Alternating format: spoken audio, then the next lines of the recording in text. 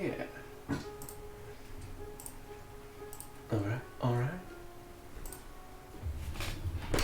Loading my realm. Alright, looks like GCLL. Oh, this is it? Wait, it's just us again? We're going in for part 2? Yeah.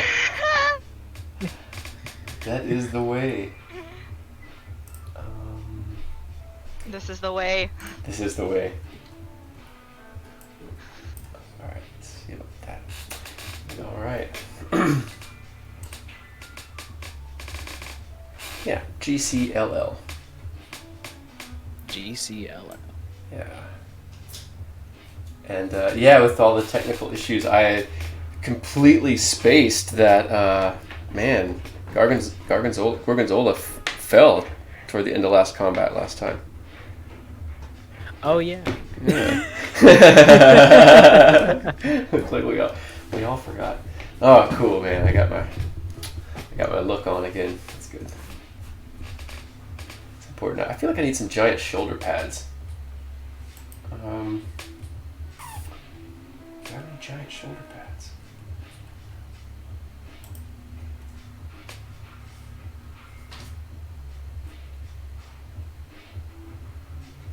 I do, but I'd have to give up my necklace for it.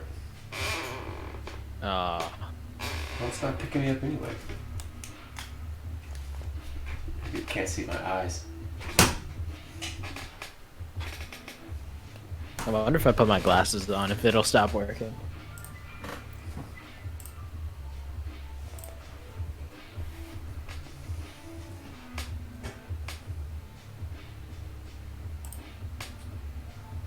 Nope, it's still tracking. Alright. Okay, Fair let's enough. see here. Here's what we're gonna do then. Here's what we got. Oh, yeah. Oh, this is great. I want something bigger. Oh, what are you Just doing? cover up the whole screen. Yeah, there we go. This is perfect. Alright, what kind of hat? Oh, man, I mean, I'm just gonna go with the theme here.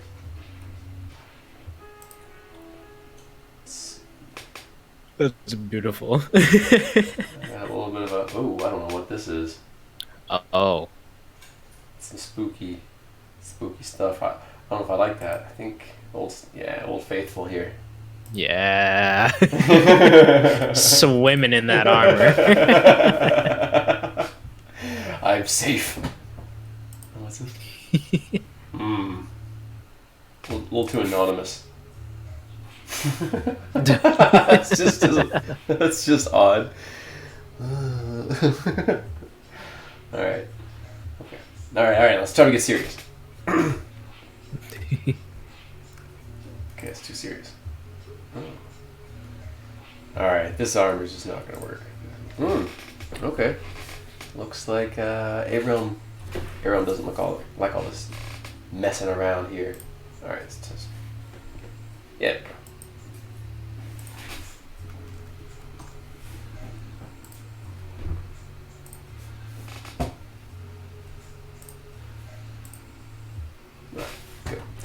Good enough.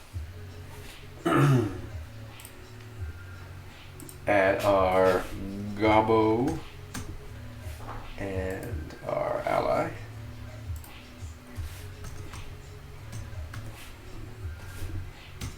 In case there's more, you never know. I'm a jerk, so allies usually go last. So I'll just leave that there. Alright, so I usually do a recap at the beginning of each session. So let's start with Garou. What do you remember from last session?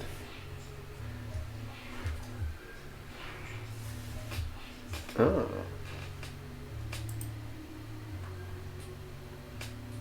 Hello?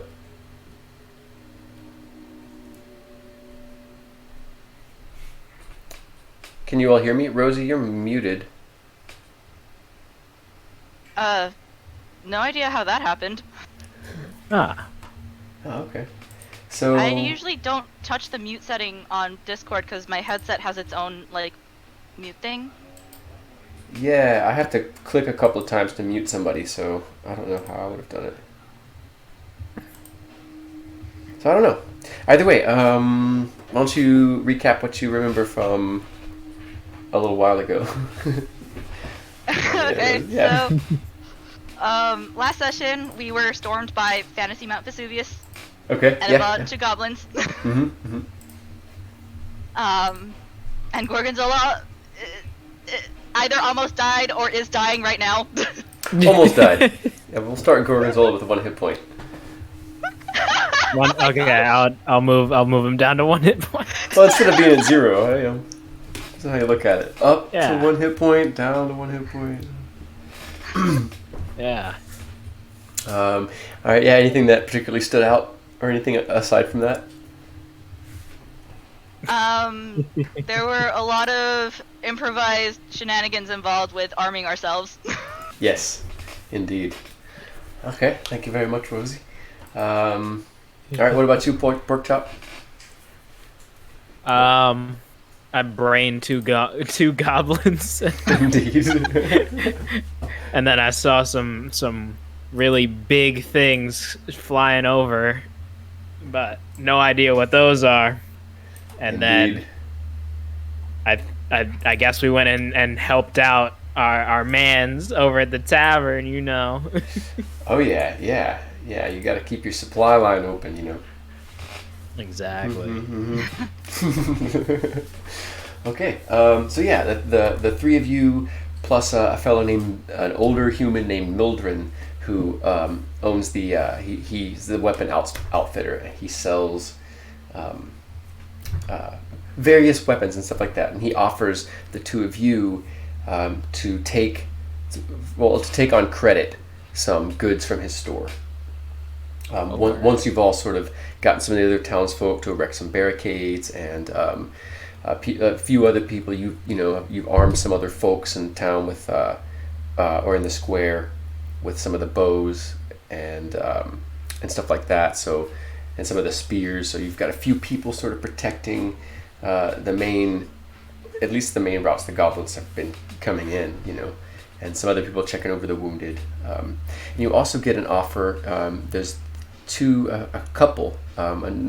more humans that own the alchemist shop, and they offer.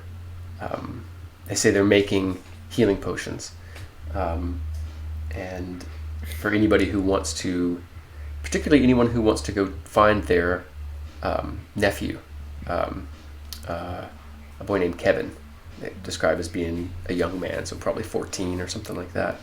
And it's like anybody who's going to find him can either bring him back or bring word, or he promises to try. We'll give you some healing potions, and they have some anti-venoms and things like that too. So what do you all, in this bit of stillness that you have, maybe 10, 15 minutes, who knows how long, it's still, at the moment, you guys have sort of got this place safe, and you're sort of the people in charge. Baba Brune maybe looks a little bit more experienced, but he's also pretty hurt, and by this point he is just swaddled in bandages. But he's still, he's got a little pony keg of mead, because that's mostly what he brews on his lap that he's just sort of drinking out of, and he's got an extra one laid out on the table next to his establishment, and just some cups for anybody else who wants some. And he's just sort of leaning over this keg. Yeah. That's a true bro right there. Yeah. Well, Gorgon, you made a good showing of yourself today, and I appreciated you coming into my aid. Certainly, I would not be in such good shape. And he laughs and points at the pony keg. And then Guru, as Guru steps up, he says, Guru, my two saviors are both here. Please drink and don't mind well, I'm still bleeding, don't mind that. He's in one of he's got some pouches now, kind of strapped over his apron. And you don't know what all is in it, but he pulls a wad of gauze out of the other one and just wraps another layer over his midsection and kind of just layers up some more gauze on it.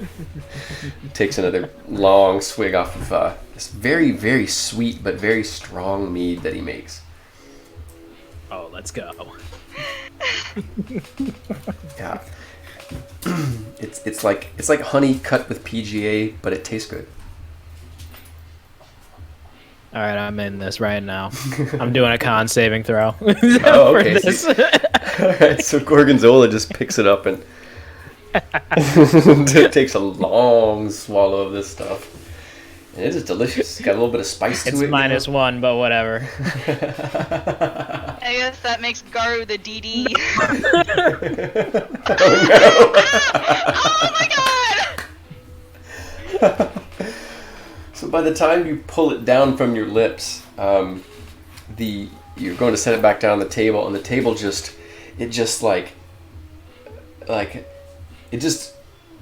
bifurcates and slowly doubles, and then kind of comes back together a couple times, and you go to set it down, you miss because you keep putting it in between, and then you're like, oh no, you got to go for the one. There's a third one appears, and you're like, okay, go for the one in the middle, and you put the bottle down. So you're gonna have a bonus to your Constitution saves and like Wisdom saves versus like fear and stuff like that. You're gonna have a negative to hit, but a bonus to damage. Woo! And what about Garu? As Garu sees I do not regret my decision. Gorgonzola turn this little pony keg up, probably clutching it in one hand, big half-orc paw. Yeah. Garu's just like, yeah, someone's gotta watch over this one. So she respectfully declines this time, but promises to empty a keg when things settle down. Very good, very good. So, a few moments later, you start to hear, basically, a ruckus, a hubbub from the southern street, and a few moments after that, rounding the corner is a group of what looks like 12 or 13 townsfolk, ranging in age and race and gender. It looks like a good amount of dock workers. But you see somebody who looks like a clerk, and you see a couple of other people that look like stable hands. You see what look like a couple of fine craftsfolk, maybe like you might recognize the silversmith. And they've all some of them have some pieces of equipment. One of them has an old shield. There's a couple of like 3 or 4 spears, what look like some hunting bows. And you see one of them has a leather jerkin that's got just plates of metal riveted and sewn to it. So some pretty basic armor, a little better than light armor. And one of them, and again, depending on you, maybe not sure what we haven't discussed backgrounds necessarily, but one of you might recognize a young dwarf named Quill, who seems to be sort of trying to rouse or seems to have rouse and rally these town folks together, and because what you hear from around the corner is he's sort of coaxing them on and we're gonna take our town back, we're gonna push these ugly green skinned things back. That's saying something. Yeah, and as they sort of round the corner, he says, here, I find that what townsfolk need aid. It looks like, and he points to the 3 of you sitting on the stoop of the brewery and tavern. And, it's up to you. Did either of you know this person, personally or by reputation? He's a mason. A mason. Yeah, he's a mason's assistant. He's still pretty young. If he's been to the bar, probably face would be recognizable vaguely. Not sure by name. Okay. Yeah, you probably recognize him. He's definitely been in this pub, although he doesn't come often because he can't afford it, for the most part. So he says, "Ah, yes, I recognize both of you. Are you the two that? Are you three? The ones responsible for? Well, it looks like you did some damage to these things." And he kind of points at some of the goblins laid out. Is that? I expect that's the three of you, huh? Well, look, we've rallied several of us, many of us, if you can see, and we aim to push north, push back toward the stone, whatever this thing is, and fight to take our town back. Are you with us? I am too inebriated to say no, so let's go. And you can see like several of them have kind of like the group with him have kind of moved out, and they're like moving up to some of the different. There's a few people sort of back at their booths, but not obviously not to sell. It's like they just don't know where else to be at the moment, and a few of them start kind of haggling or bargaining or discussing, and a few others are sort of moved toward it or picking over some of the wagons and stalls that have been knocked over, just looking for equipment, something better than the sharpened hoe that they have, or the old spear with the haft that's sort of bent from time and being in storage or whatever. And then Andrin steps back out of his shop and shouts and motions, and several of them move back over to his shop. And so yeah, is there any?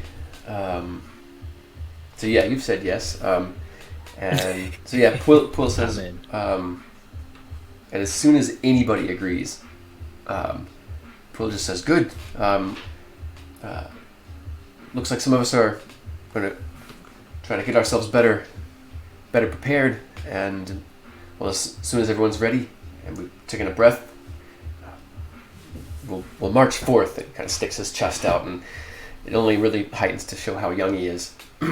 And make insight checks. Ooh, let's go.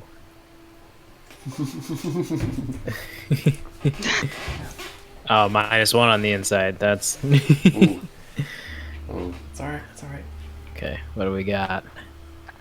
I got an 8. Oh, Jesus Christ. Also an 8. Okay. Not gonna lie, for a split second I thought it was a 1, and that's why I was like... That's all right. I don't usually do any sort of critical failure on skill checks. Occasionally, if it's a clutch situation, or it's really dramatic, or it's really funny, then I might do it. Because you got to, right?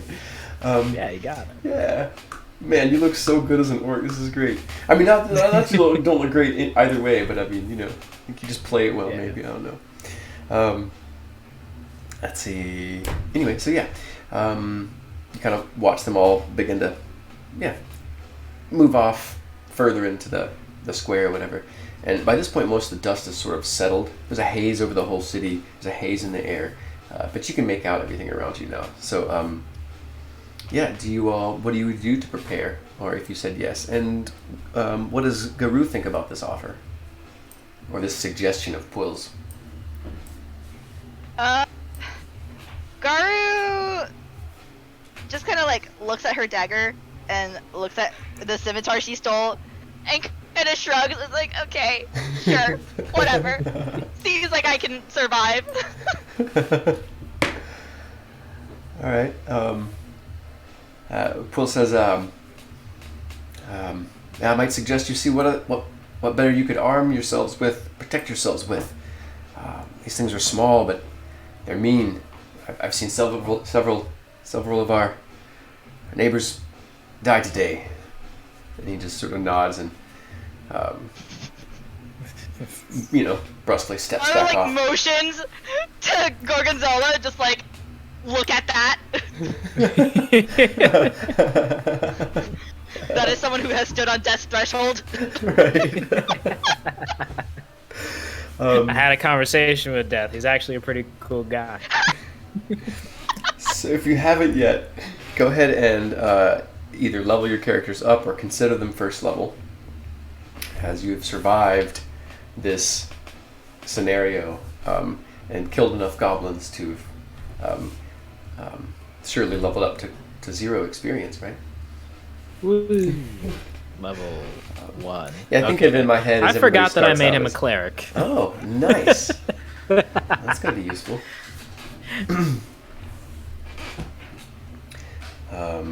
So yeah, and so as you're sort of sitting, pondering, perhaps some in your drunken haze, perhaps some realization or vision comes to Gorgonzola. Perhaps not. Perhaps he just gets a new wave of energy, and it comes out in different ways. What about Garou? What class is Garou? A sorcerer. Oh, nice. Okay. And There we what's Garou's race and everything? Garu is a gnome. Okay, awesome. A gnome, nice. Gnome sorcerer and a half orc cleric. Dope. I love it. So yeah, and yeah, Alright, so I gotta like pick deities now and make spells. Okay. okay. So whatever domain you want, I usually try to pick based on domain and then find something that matches. Like I was saying, for most of my D&D worlds, there's multiple gods all across the place.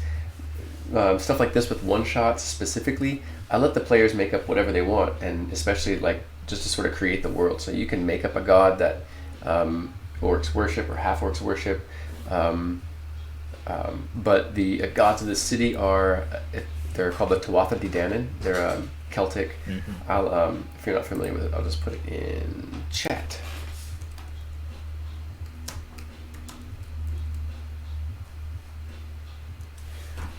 But there's all your standard ones, all of them have a component of knowledge, battle, and yeah, all of them have those domains at the very least. But like I said, you can pick anything from any of the D&D pantheons, any world pantheons from mythology in our world, and just map your domain to it. Whatever makes kind of sense for you. Okay. And perhaps Garou, similarly is in her or in Garou's like break or rest, has like found. It's in surviving that combat, under duress and in extremis, a lot of times people find skills or abilities they didn't know they had, The latent magic just woke up. Absolutely. When faced with death, that's a pretty common like trope in a lot of literature and media and stuff. It's like, oh, that person has to be threatened enough, and then they'll activate their power in defense or.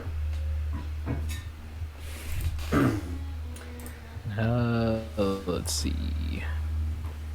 And so yeah, and then think about what maybe you all take a stroll over and check out one of the other shops and see what other equipment you might have. You also the gnome, Garou. Anything that the goblins were wearing would fit you. It's gonna smell bad. It's gonna be in rough shape, but it's gonna be functional, and it's gonna fit you. So there's shields. There's a spear, there's a chainmail shirt, there's leather armor, and stuff like that. So if you want any of that, you have time to change into it. Like I said, there's also let me see. Does pinging work? Can you see my pings? My ping? Let's see. No. Pinging is still not working. No ping. No way. Okay. As an orc, I have dark vision, right? So yes. Having light as a cantrip would be useless. Not necessarily. I mean, it might be useful for somebody else. And the light, I think, is separate from you, too. So you can do different stuff with it. You can cast light on an object and throw it down a corridor. So it can be useful in different stuff, but you definitely don't need it to see most of the time for you. And it doesn't... Okay, it also doesn't... you don't need it, but it doesn't ruin your dark vision either. So, like, beyond the circle of light, you can still use your dark vision.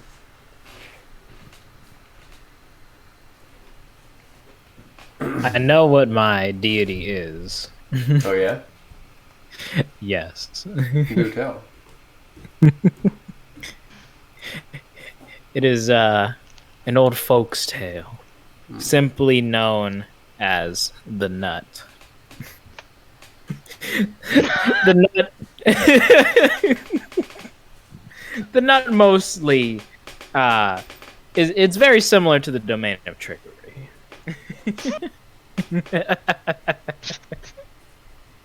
There is a way to summon him, but something you not want to. It's a ritual you would not want to perform. I'm fascinated. I'm sorry, I'm playing with this app. That's awesome. All right. So, what's your? What about your domain?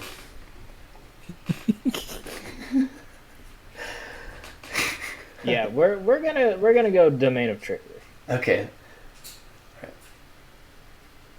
I love it. Cool. That'll be fun. Yeah. If you guys just want to run me over the spells that you chose, just so I have it in mind. Oh, okay. How many level 1s can I learn? I think 2, if I'm not mistaken. 2. Let's see.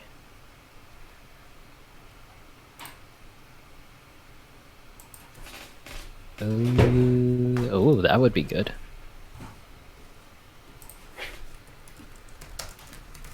Okay, I have to. Let's see if it'll let me add a 3rd. It will let me add a 3rd, but I can just hold on to 2 for now. Okay, so no, if it gives you 3 at first level, then take that. Let's see. Will it give me 4? It will give me. I think it will just give me as many as I want. Okay. Yeah, it'll give me as many as I want. Let me just bust open my player's handbook that I got right here, right in my hot little hand. Speaking of hot hands, I have burning hands as level 1. Ooh, keep the mitts toasty. Yeah, it looks like at first level you get 3 cantrips and 2 first level spells. Okay, then I will not learn Shield of Faith. Okay. All right. There we go. Okay. What else? There was something else that I was thinking of. Oh yeah, are we like short resting? Because there's no way I can go into a fight with 1 HP. Absolutely. There's definitely a short rest. Yes. Okay. You can all use a HD if you need to. A D8, what? 8D? 5. I will take that. Having almost full health is fine by me. Nice. Okay. Word. I think I'm good now. Are you good, Garo? Okay, I think I'm good. I've got 4 cantrips and 2 level 1s. Okay. Yeah. There's I no think we're rush. chilling. I mean that's part of the one-shot thing. Sometimes you stop and level up in the middle of it. You know what happens. Yeah, sometimes you just gotta level up. I gotta stop looking at my own camera image. It's ridiculous. It's really To be distracting. fair, it is a glorious image. Oh yeah, absolutely, sir. So distracting. This mustache. It's glorious. Can you do it?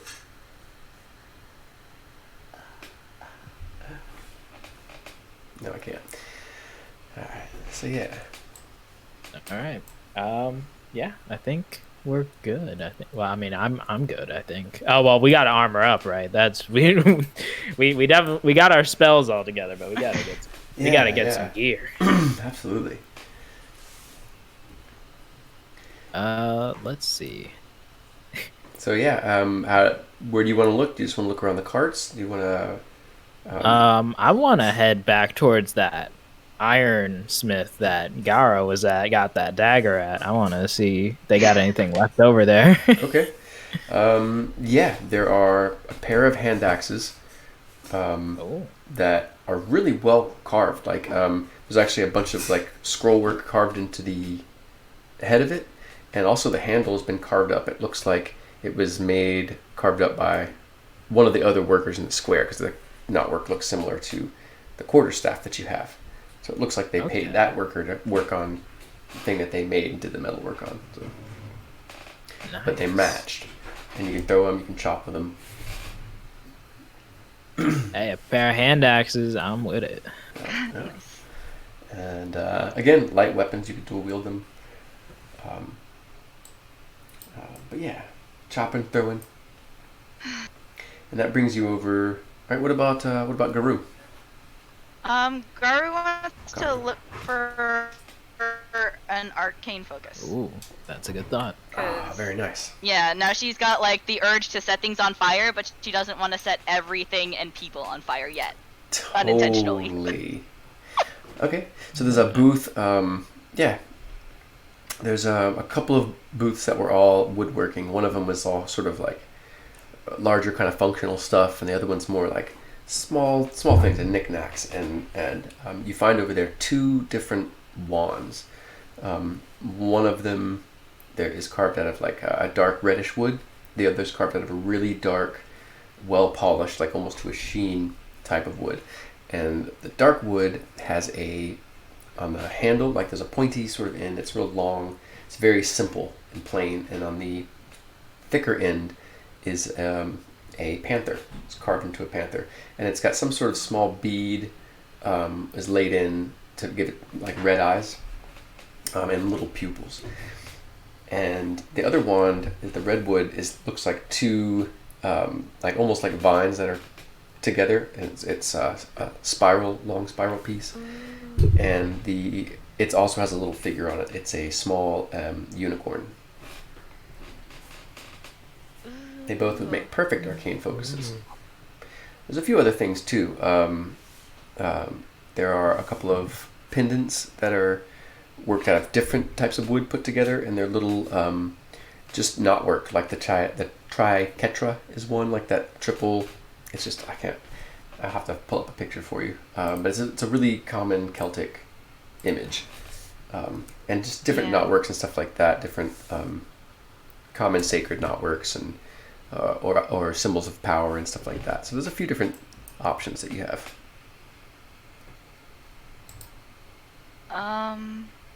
Okay. So one of the pendants would work as an arcane focus too, then? Yeah. Mm-hmm. Okay, she will... Yeah, I take the pendant and just kind of... Okay. Tuck it under whatever I'm wearing for now, because no need to... Gotta be on the DL about it. Gotcha. Okay. So you slip it on. All right, Gorgonzola, where do you move to next? Looks like continuing to the north, there's another stall that has, like I said, looks like there's still a spear standing up, and like a short sword laid across the table. Right next to the fountain in the center, that fountain statue, to the right of it, those 2 tents do have a long sword and a short sword that are matched and look pretty nice, but you don't know if they're magical. They just look nice and well crafted and carved.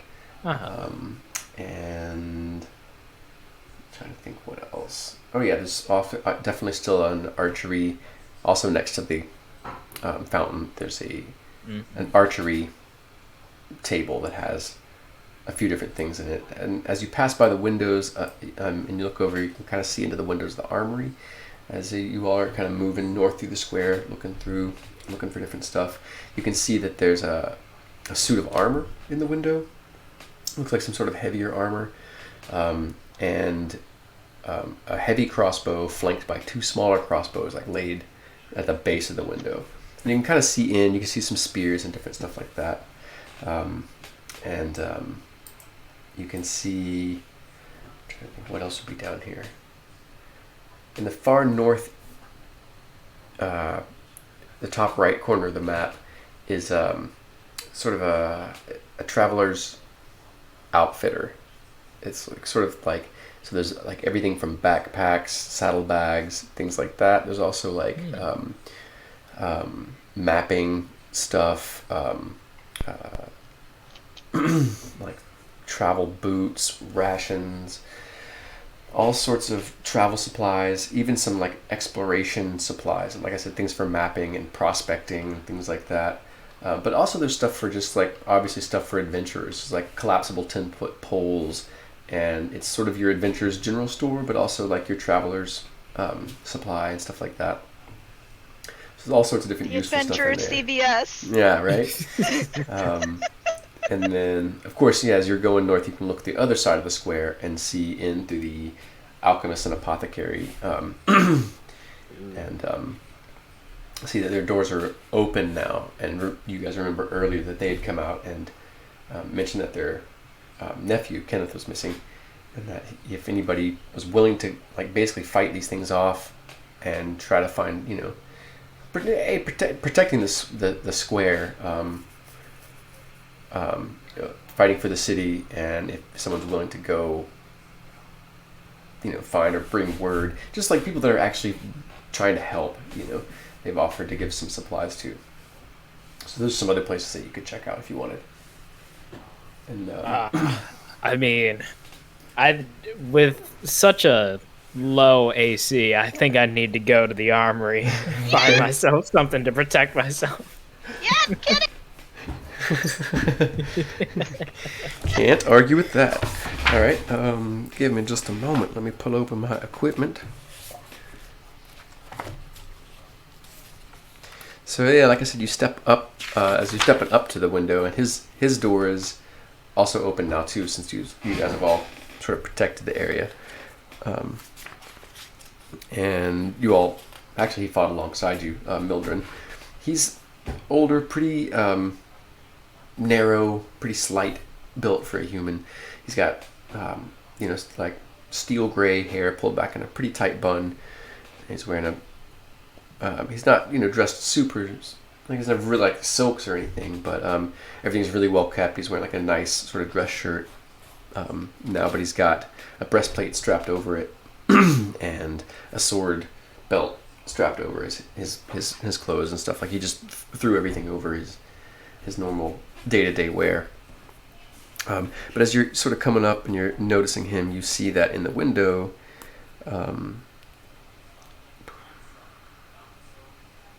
hold on just a moment. In the window is a set of looks like splint mail. And like I said, a heavy crossbow and those 2 light crossbows. As you move in, Mildred nods at you again, and he repeats his earlier offer. He's like I said, if you know, we can take any of this on credit, and if it's not something you're going to want to own, then just pay me repair fees when you can. If you're purchasing, pay me when you can. I can't give it away for free. I can't. Hopefully we'll all survive this and we all have to make a living. But if you'll continue to help us, as I said earlier, we'll write up a credit bill and just take what you need. Sounds good, man. You could see the wall to the left. There's sort of shelves that have like lips on the front, so there's almost like shallow bins. And in the lowest several, there's some chainmail shirts. There are various sizes and styles of leather and studded leather armor. There's a full suit of chainmail. On a sort of rack above that is like 6 different shields that are all different styles. Those round shields and those sort of heater, the knightly shaped shields, and long, wide, like long, elongated ovals, just different styles, but they're all shields, you know, as far as the stats go. But just all these different, just different styles of shield. On the back wall, there's the counter, and behind the counter there's a long pike sort of suspended from the ceiling above it, you know. There's several spears, there's a halberd and a glaive and a greatsword arrayed on a big rack, sort of like fanned out behind the counter. There are some like low shelves that are, again, some of them are kind of bin shaped and some of them are just shelves. And there's some different equipment, but it looks more like, you think it's like oh, this is just more leather armor, or this looks like a saddle. But when you look at it, it's straps and harnesses for different types of gear. Like, he's like, oh, that's if you wear that, you can attach your sword, you can attach a crossbow to it. It'll be contained, it can just hang, but you can kind of pull it up really easily. You don't have to stow it or hold on to it. Just some things that kind of make everything easier. There's a couple of things that are worn underneath heavy armor to like help with the shock and stuff like that. On the right, primarily, there's just hand weapons. There's long swords. There's several long swords. There's a couple of rapiers.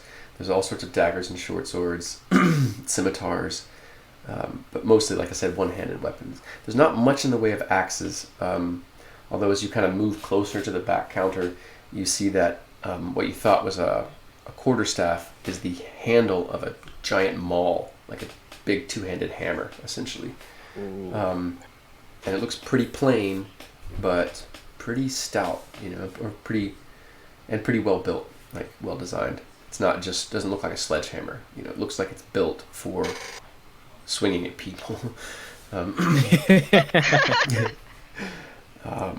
any of it, he says, you can take it on credit. I mean, as much as I'd love to continue living, I'm not too hopeful. So let's just ball out. All right. So yeah, you've heard me list what's there. Anything that's interesting, you can go ahead and just write it on your sheet. And I'm not worried about the credit thing because this is a one shot. So it's a one shot. Yeah, he goes through just with you, helps you put stuff on whatever you are interested in. He gets it down for you and helps you put it on, especially like heavier armors or some of the kits or under gear, what they call gambesons and stuff like that, arming coats. It kind of helps you into. And then he takes you over and he's got a book and he's like, gets your name, where you live, what you do, all that stuff, and then writes down your tally and everything. And he's really, really quick about it. He doesn't make a big deal. Once he's said what the agreement was, he doesn't seem to have any doubt. Or perhaps he's just too addled by events to really be the commercial mastermind. So yeah, does any of this stuff seem interesting to the two of you, or did you all want to move on? I am going to be taking that chainmail armor and that nice hammer they got in the back there. Okay. Nice. So some chainmail and a maul. Excellent. Yeah. Very good. I just put it as a warhammer in my thing. That's cool. I think maul is in there, but yeah. I believe they're...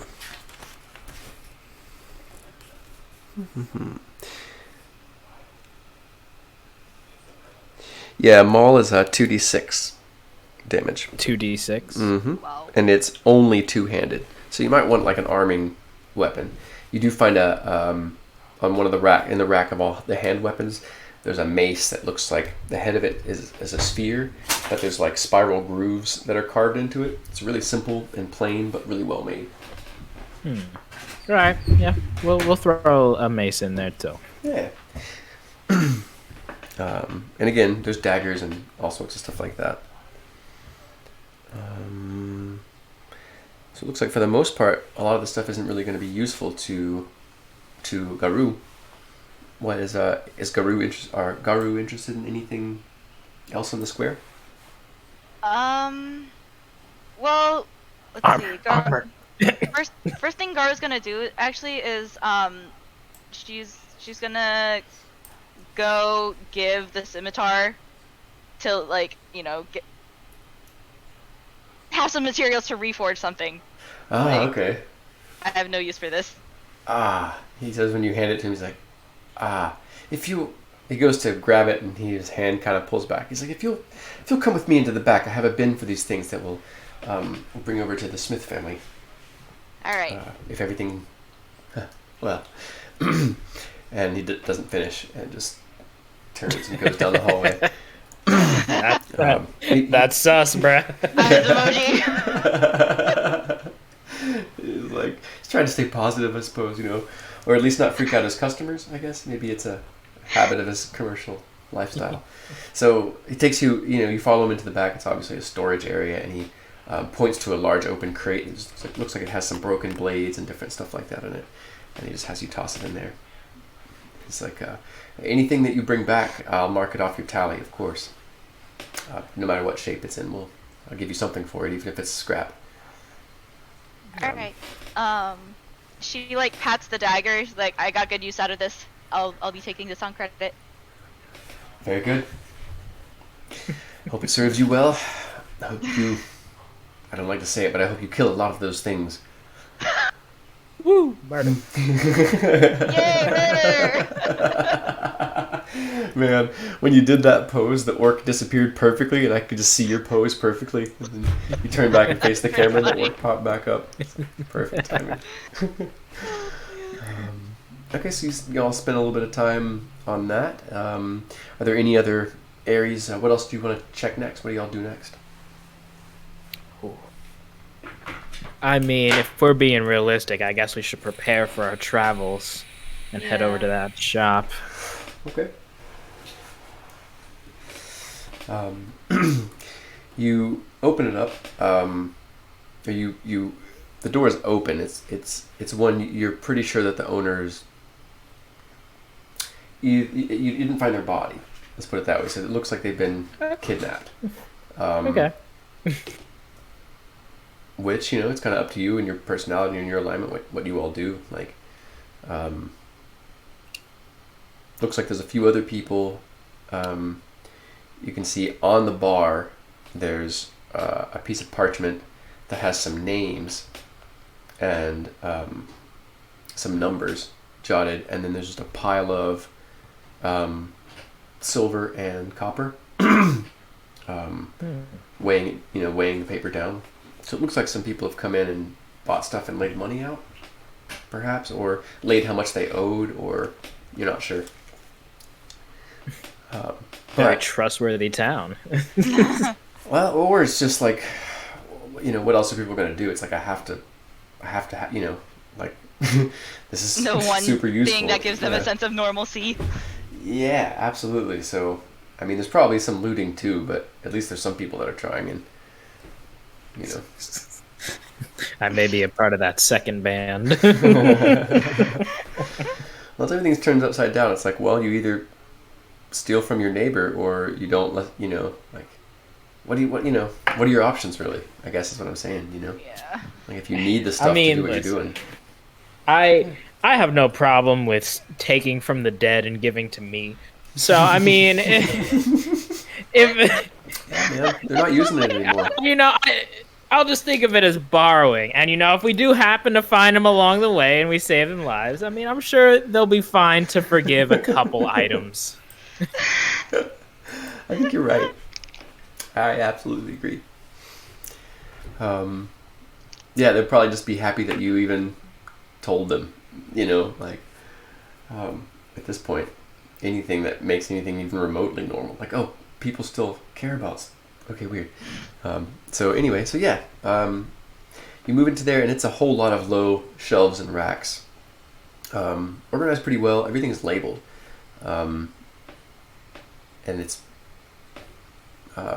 been picked over a little bit, but it seems like for the most part, this shop's maybe been avoided. Other than, it's not absolutely looted, that's for sure. There's a lot of stock still in there. So, what pretty much as you move through, like, there's a lot of your basic stuff, like your basic travel and exploration. Like I said, adventuring, prospecting, even there's stuff for miners and stuff like that. But it's all pretty nice. It's really well made or made out of nice woods or well stained or well carved. This is the market square. So all the stores on this are like some of the nicest, at least in this area of town, or on this side of the, downtown.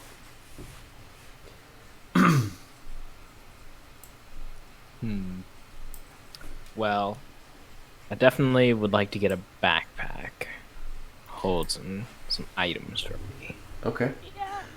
And maybe just help myself to a couple of these rations. Absolutely, absolutely. Yeah, the meadery doesn't have much in the way of food, just like bar fare kind of stuff. Like, Yeah, I mean that'll be fine. yeah, yeah, get some rations. Yeah, for sure. And there's really heavily cured meat and hardtack bread for like long-term travel. And then there's stuff that's a little bit more like a little bit fresher, like dried fruit and like meat that's cured but isn't just super saturated with salt that's supposed to last for years or whatever. It's like used to call them iron rations, basically the stuff that's like, or at least in like older versions of D&D, but it's essentially like stuff that's like you're supposed to eat in the next few days or stuff that'll last for weeks, and they have both. So one's a little more pleasant to eat. That's the only difference, really. Yeah. Yeah. Break a tooth on Is that there any hardtack rope bread. in this store? Yes, there's a few different types. You've got your basic coarse different flaxes and hemp ropes and stuff, but then you do have some really nice, fine sort of elven crafted ropes. And I'm gonna take a silk rope with me as well. I have a plan for that later. And there's different lengths. There's like 20, I want to 50, and 100. So 50 feet, please. okay, cool. And yeah, there's all the other stuff like hammers and pitons and boxes of charcoal and chalk and small mirrors and folding fire pits and all kinds of different stuff. Yeah, I mean, I got the backpack and the rations. It's basically whatever you want, Garo. I'll be chilling. I got my food. I got my rope. Whatever else you need, it's up to you. She like throws a thumbs up back and grabs a backpack and a water skin of her own. Cool. Yeah, is there anything else that Garu wants out of here? Probably hemp rope, 50 feet. Okay. Rashes on her own because she doesn't trust Gorgonzola to share. Fair. Yeah, I feel like gnomes are also notorious eaters. Like they get second fiddle to halflings, but she takes a lot of the short-term rations because she likes the taste of food. Yeah. She likes to taste her food. Nice. All right, so you grab your packs, you stock yourselves up, you grab whatever looks good and useful, and what do you all do next? I guess we should go see that Apothecon, right? I'll at least let them know that I saw their kid, so I know that he's still kicking somewhere. Gotcha. Okay. Yeah. While we're there catching them up on the kid, Mm-hmm. I'd actually like to ask about a couple vials of Alchemist's Fire. Okay. Yeah. So you know that this potter, the big blue tent, just to the right or left and just above the fountain statue in the middle, that place had a bunch of different stuff, and they had alchemist fire and oil. So you can also get some there as well. So, and it's kind of on the way. True. So you guys just swing by there. Okay, so yeah, on the way. I'm just gonna grab some Alchemist Fire. Gonna do like one more once over just to see if there's like, cause the pendant as an arcane focus is probably her aesthetic, but it makes her nervous because she's like, but it's so tiny. Yeah. So she does like one more once over to see if maybe there's like something she feels like she can rely on more. She probably grabs like one of the wands if they're still there. Yeah, they both are. Hey, Garo, if you see anything cool and magical over there, let me know. There are 2 wands here. They both look cool. Does it come in blue? Nope. Sorry, man. Fine, whatever. Grab me one. Alright. I grab Gorgonzola, the black wand, and I take the red one for myself. Okay. Nice. Yeah, you scoop that, and you get 3 pots of alchemist fire. There's also 3 flasks of oil, if either of you want those, in that booth. That are just Well, we talking like vegetable oil? We about to cook up no, some steak up in really well refined lamp oil. lamp oil. Yeah. lamp oil. Yeah. We could still cook up a fire steak with that. Oh, definitely. Yeah. Yeah. You just definitely want to use a skillet. You don't want to use the open flame. You know. Yeah.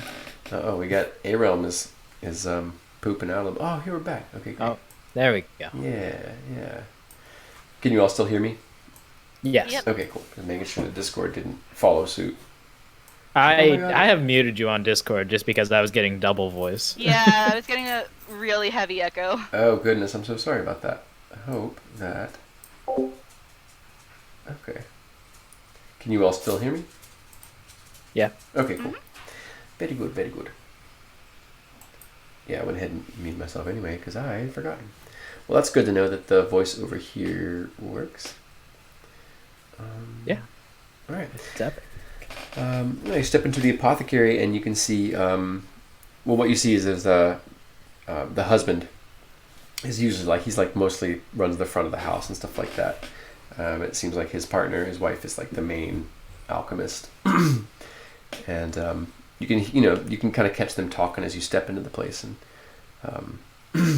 they're about a little under middle aged. He's got close cropped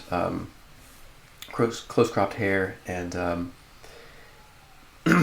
yeah, they have some actually they wear some basic silks, so they're not really rich, but they do pretty well, And he says, "Greetings, friends. How have you? Well, it's good to see that you survived. Are you here for supplies? Have you seen our nephew, perchance?" So I mean, sorry, I'm a little drunk. That's okay. I saw your kid a little bit ago. He was about to get snatched up by some goblins, but I took them suckers out. Oh. Listen. That's... He ran off, man. He I don't know where he is, but he's at least still alive, so we can certainly find him. Oh, that's wonderful to hear. Brave man, thank you. We owe you a debt of gratitude, even though you... Well, yes, he's a wily one. Hopefully he's... Well, thank you. Here, allow me to offer you these. And he goes back over to the counter and pulls two... they're, again, clay. They look like they're made by the potter that you picked up stuff from just recently. But they have a band of red paint painted around them. And he's like, these will help. And he slides one to each of you. He says, these will help heal you and help you continue to fight, or if you need to, well, whatever you need to do. These will help heal your wounds. And Lord knows Gorgonzola needs some. my wife is hard at work making more of them, and she has. We're also making. Well, we don't know what's needed. This is our first goblin invasion, but she's making anti-venoms in case they're needed. Okay. They should be ready in the next a batch of them should be ready in a few minutes, as well as some more potions. So if you need to use that now and take another, please do. It looks I can see that you're hurt through your bandages and it'd be like that sometimes, but yeah, thanks. I'll definitely take you up on that, man. Oh, good. Yes, and yes, indeed, it do be like that sometimes. Yes.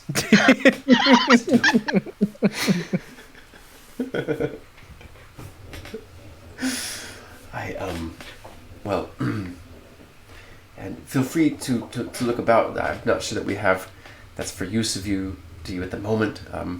Primarily, we've secured our place on the square by selling love aids to the richer townsfolk. So I'm not sure that, unless of course the two of you are a couple, in which case I apologize. But other than that, you won't find much of use. But there are those if you are looking for them. But feel free to poke around, and if you have any questions, I'll just be in the back getting those others ready. Thank you again. Thanks, man. Thank you. He nods his head Hey, like Gar, are we a several couple? times. We a couple. Go just like He's not judging. kind of smirks. It's like, we can be, but like very like snarkily because he's clearly drunk. Yeah, he's like, guy, girl, gnomes, half orcs. Like, I'm not judging anybody. I'm not trying to offend my potential customers. If we all survive this, right? Yeah. So he bops back into the back, and if you wait around a minute later, he comes up and gives you another potion each.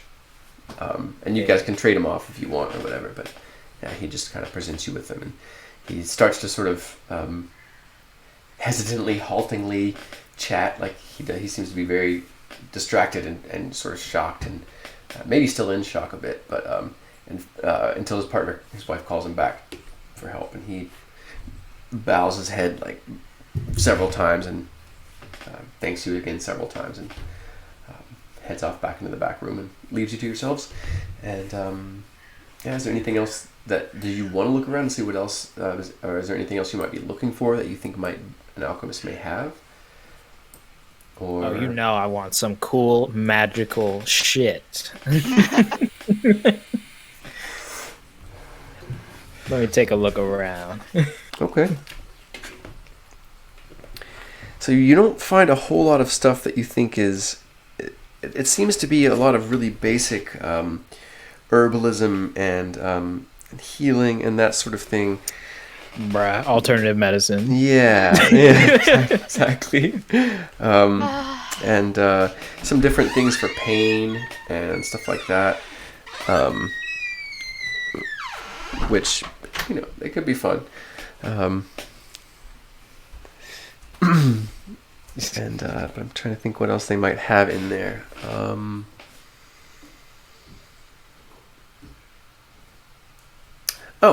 You do see in a little basket, and it's got a nice little calligraphy papered label that says "Dust of Disappearance," and there's 3 pouches in there. Seems to be the only thing magical you can find. Yes. That's it. That's Grab it, me boy. one. You know it. And with that, it looks like you've collected, unless there's anything of the other stuff I described at any of the other booths and stuff. If you're interested, you can go ahead and go back and get those. I'd like to take a short 10-minute break. Use for anyone that wants to get up, use the restroom, stretch their legs, get some water, grab a snack, stuff like that. And then we'll get to the action. Yeah. Oh, Okay. yeah. Hope my mustache is selling that. Yeah. Yeah. Yes. All right. I'll talk to you I'll be back in about 10 minutes. Okay, bet. All right, can y'all hear me? No hear me? Okay.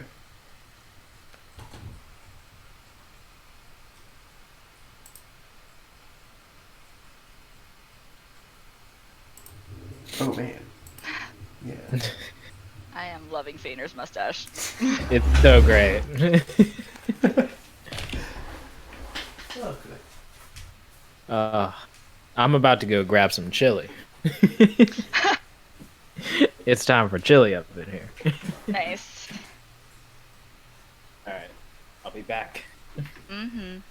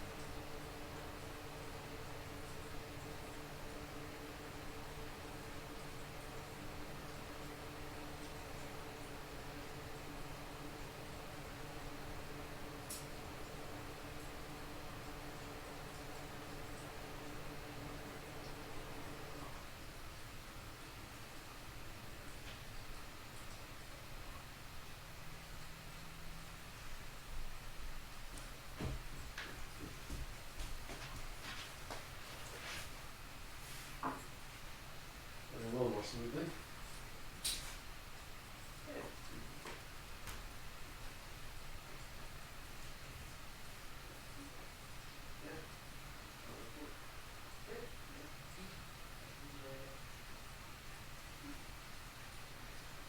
Feels important. You look to enjoy it. Space. Okay. Yeah. Yeah.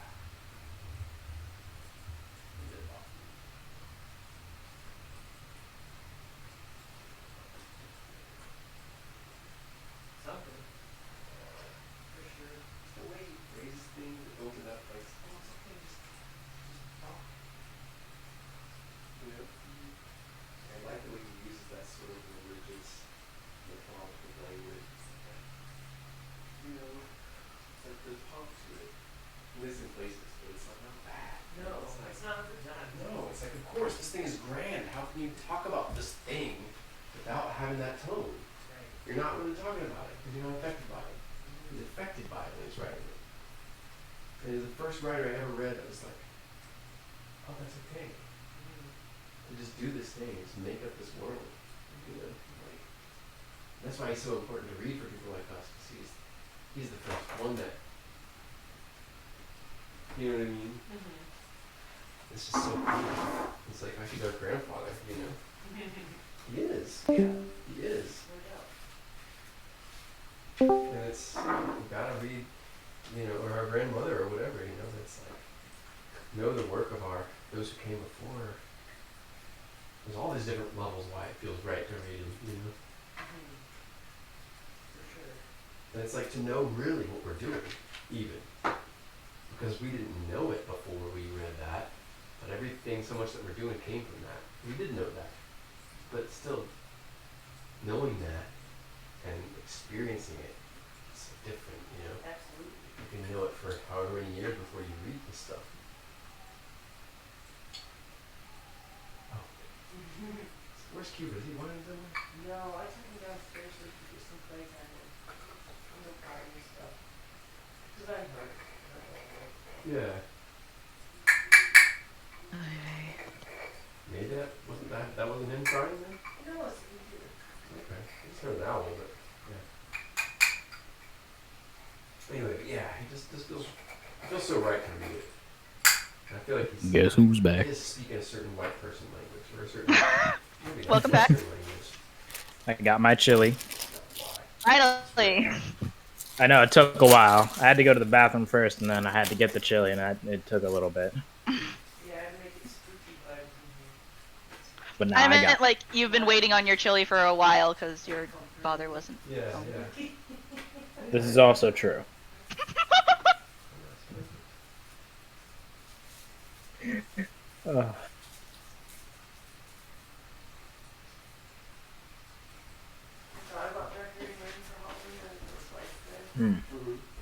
That's some good stuff.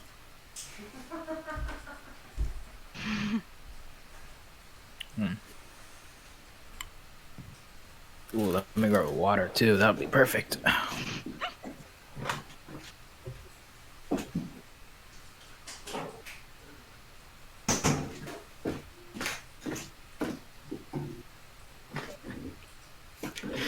All right, it's my last water, so I got to make it count. And you know, while we're waiting,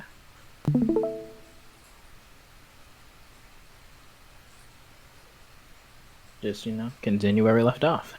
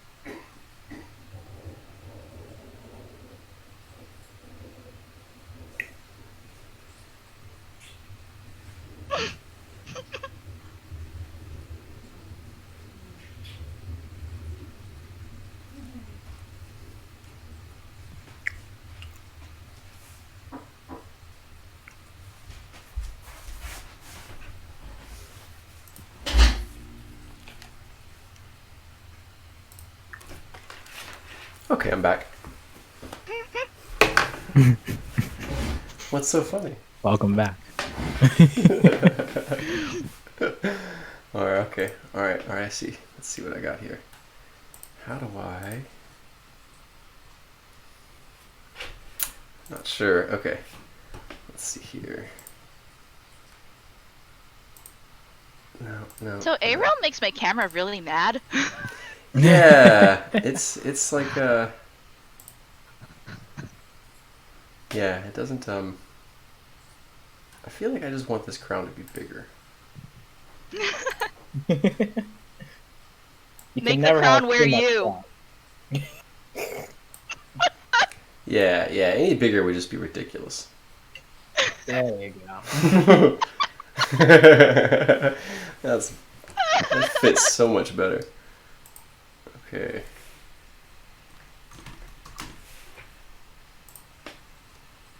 Okay. Alright, get that. And You know, they sell beanies in Spencer's for like $20. Really? Of what? What kind of... Like anything. They had like a weed beanie. They had like I thought I saw a Demon Slayer beanie, so that was cool. Nice. Alright, let's see here. Bounce around. Looking at a couple different things. Okay. So. Alright. So you're all pretty well equipped. Is there anything else that you all wanted to take care of before you gather together with Quill and the rabble? As he's sort of gathered them to the north, that widest road to top left on the map. He's sort of gathering people just to the base of that, and you know everyone pretty much has like their shields and chainmail and you know, where they were just sort of really ill-equipped. Now they've got some amount of equipment, and they seem a little bit more confident. You may not, the two of you may not be any more confident of them, but they certainly seem more confident. So yeah, what would the two of you like to do? Sorry, this chili is really good. That's okay, don't apologize for tasty food. So, I mean, got armor, got weapons, got supplies, got a quest. I mean, I'm feeling pretty set. What about you, Garu? Yeah, Garu's been pretty set. Like, armor's not really her thing. She feels like she's, you know, small, and armor will just slow her down. Gotcha. I mean, you already got an AC of 12, so. But you know, she feels like she's got like fire in her belly, sort of. Feeling a little bit like a pyromaniac, so we'll see where that goes. Ooh, all right. Boy, do I have a spell for you. Okay, so yeah, the two of you kind of all finished arranging your stuff, putting it in your pouches, getting everything sorted to move and fight, and yeah, and then you know you guys move up to the north and sort of wait with the gathering group until now there's about 15 of you. And of course Baba Brune is stayed back on the porch of his establishment and is still drinking and nursing his many wounds. So he's probably not going to be joining you, but so yeah, it looks like Puil is sort of, he's the one that's gotten everybody together, you know, and has like gotten everybody fired up and galvanized, but they're still looking, you know, fairly disorganized. Like nobody really knows what to do. They're all just sort of excited and a lot of energy, and there's starting to be a lot of like you know, sort of chest pounding, and like there's people are starting to yell and like get themselves all psyched up, and you can go ahead and make insight checks. Okay. Insight checks. Mm-hmm. For both of you. -1. Great.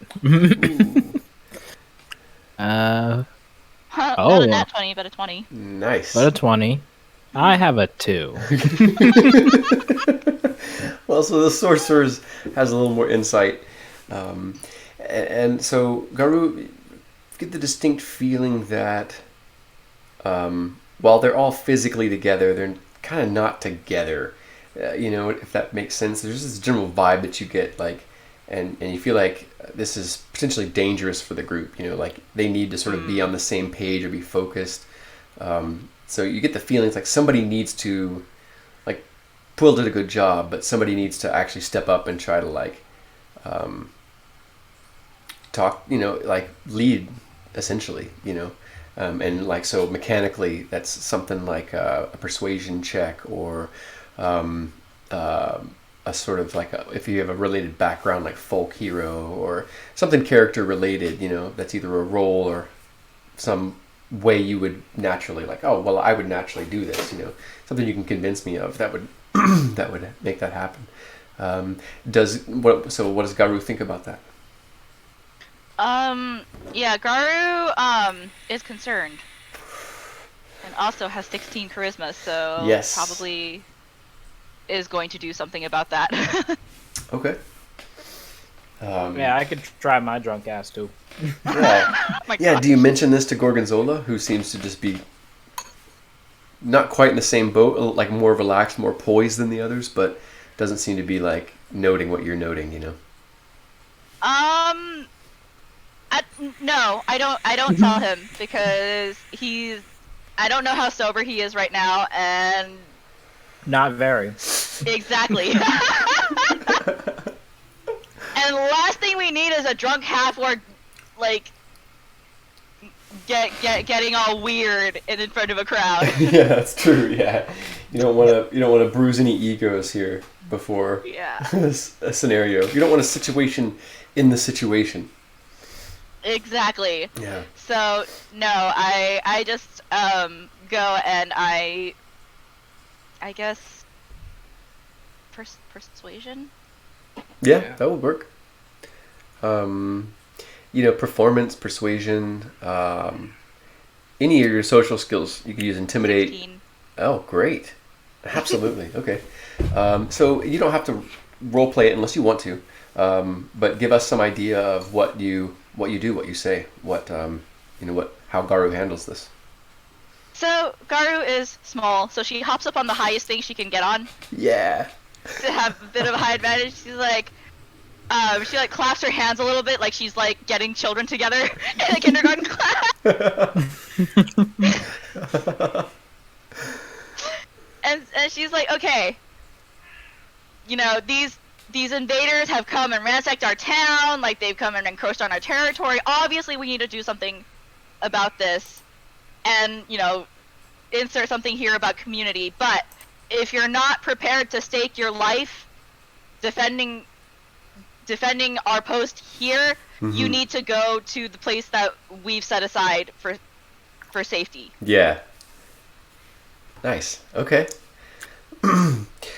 You, as you're talking, and you're talking about the danger and how serious the situation is, you get multiple eyes who you first see this sort of like almost like their eyes sort of unfocus and like sort of like they're just looking around, like kind of spaced out for like a split second, and you can see the focus come into their eyes way more clear than it was before, and they're looking at you and they're listening, and you can tell they're afraid, but you knew they were afraid before and they were covering it up with bluster and I'm going to kill more than you and all that kind of stuff, and now they're quiet, but you feel like they've got a better chance. Paying attention. Yeah, so she goes on and she says like, hey, we have an obligation to our community, but we know the stakes are high. Like, if you can't put all of your brain bandwidth into what we need to do right now, please get yourself to safety. Okay. Yeah, you hear a couple of mutters from here and there, and in two places you see two people lean over. Somebody whisper, like leaning over and talking to somebody else, and both those people get talked to, and two more people both sort of. One of them pulls off his sword belt and hands it to somebody else. Somebody else pulls off their chainmail, passes it on, and one person mentions like they're better. They're they're like, I think it's one of the stable hands who's like they've dealt with all the medical things for their horses and birth babies, and they're like, well, I think I'm probably better off checking the wounded, and Yes, you are. That is a noble thing to do. Okay. Yes, sir. Well, good luck. And he wanders off, and the other three are pretty quiet. You don't really they just sort of they do pass along their gear and everything, but they don't really say much.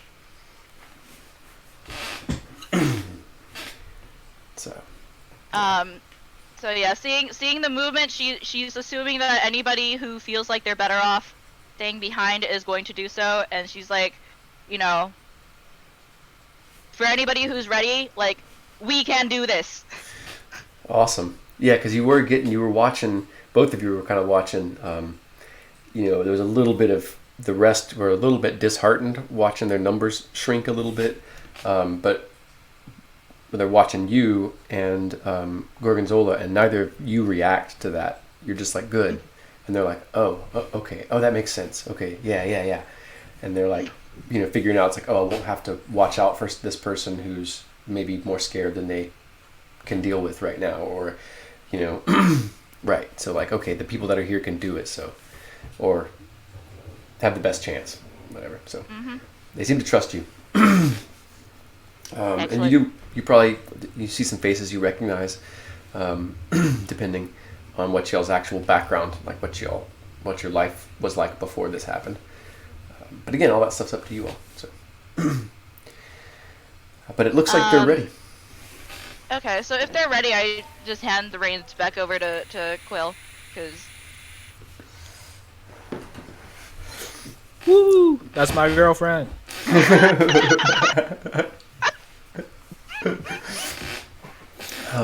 Okay, so yeah, he says, yeah. Thank you, Guru. Well said.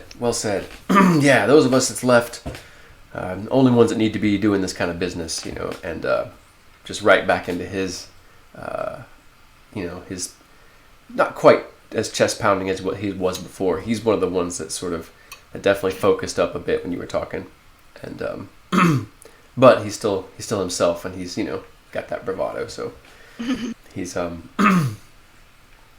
yeah. And so he basically takes one last look at everybody, and he's like, all right, everybody stay together, watch the people next to you, don't go crazy trying to kill them, if they run away, let them. Let's just kill what's in front of us, and make it to the stone and see what else we can do. It's like, everybody ready? And, everybody, most of the other people with you all are like, yes, yeah, we're ready. Yeah. Let's drive these green skinned things out of our city. Yeah. Yeah, let's go. Yeah. Racist slur. Oh boy. Yeah, I guess they wouldn't say that because they're cool with half orcs, and it's not like most monsters, so they'd say like, I don't know what they would say. Yeah. Feral things, maybe. That's if they have a vocabulary. These creatures. Yeah, there you go. Those. Yeah. Thing. So, and then you guys are all moving. Then the crowd just sort of starts flowing up the street to the north. And again, there's that haze of dust in the air, so you can't see all the way to the stone, just because like the further you look, the more that light sort of blocks your view. But you can see pretty well, hundreds of feet, and you can see up the street. And the first thing that you can see is there's nearest to you. You can see the backs of some halflings and some humans. We're all definitely fighting, and a little bit further back from them, you can see what looks like a really old dwarf with a crossbow, firing at the goblins that they're fighting. And Poole gives a shout and sort of breaks his own rules. He starts charging, and the group kind of starts to disperse and stretch out along. So what do the two of you do? Do you rush to the front? Do you try to hang back? Are you trying to? You want to try and keep everyone together? Like, what do you all do? Let's see. I'm gonna hang back because I am now officially decked out as a mage type, and I have ranged spells. Copy that. I may do something baller.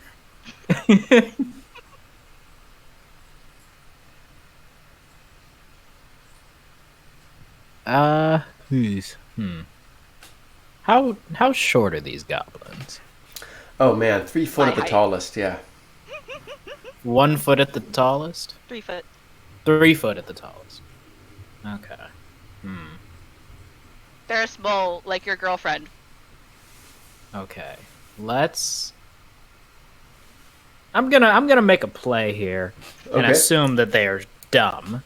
And I'm going to use my first level spell Disguise Self and try to disguise myself as a goblin. All right.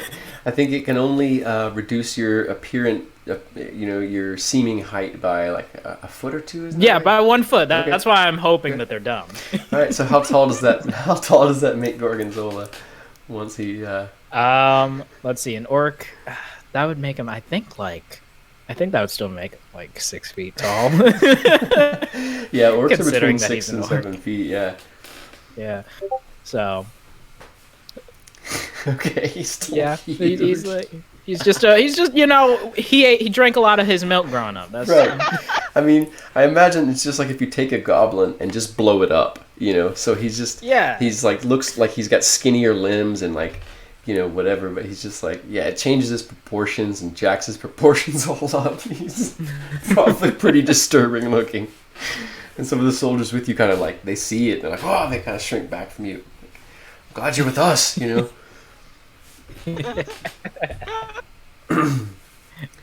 I think this is gonna work out perfectly.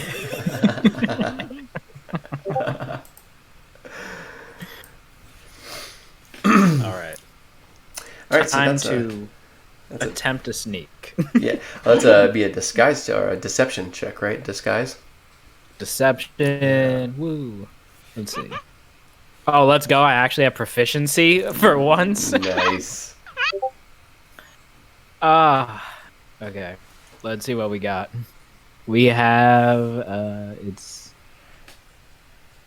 so 19 plus 1, so 20. Okay. Nice. Did you roll with advantage? You rolled 2? Yeah. Okay. Yeah. Well, proficiency just only allows you to have your proficiency bonus. Never mind that. Yeah, I'm yeah. dumb. No worries. So what was the first roll? It was. You can either count as a 12 or a 19. No, or this you is can the take first this roll. 9. No, well, 12's fine. Whatever the first roll out of your double was. It was a 12. Okay, yeah. Was it a 12's 12? good. Okay. Yeah, it was the 12. The 19 was the second one. Okay. Okay, 12 Sweet. plus 1, 3. Or 13, not 3. Okay. So, all right. So, Garu is sort of hanging back and getting ready to get in range, I assume, so you can blast something. And Gorgonzola uses one of his newfound abilities and changes his appearance. And you rush forward. And all right, let's see here. Now it is time to roll initiative. Woo! Initiative. Let's go. Still -1 on that. So.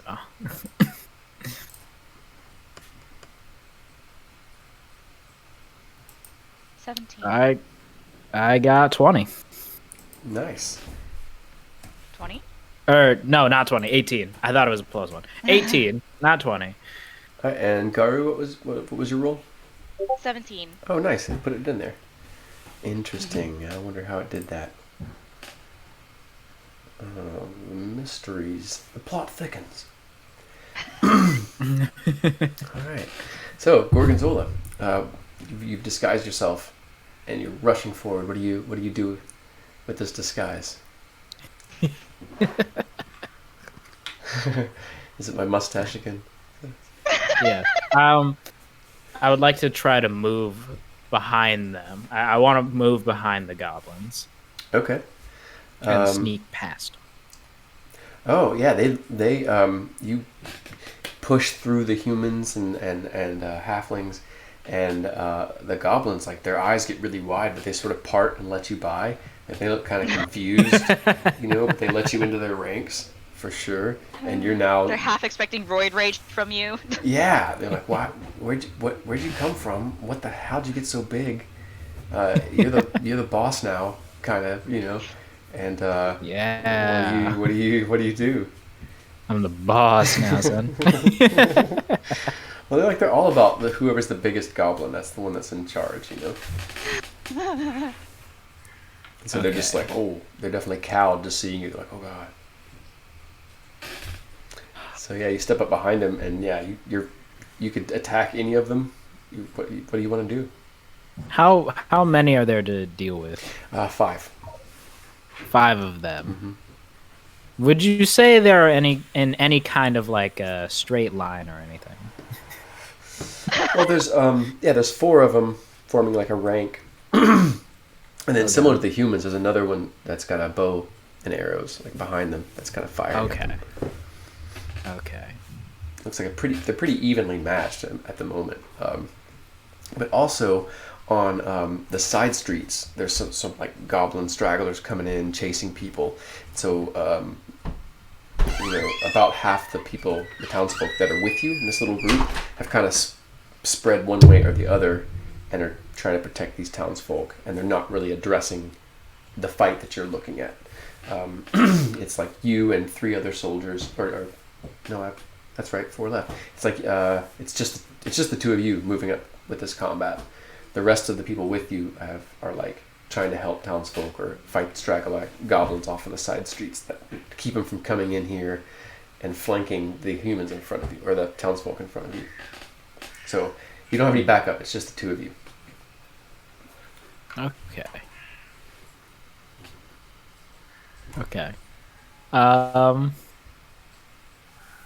I would like to move 14 feet behind the row of the 4 goblins. Okay.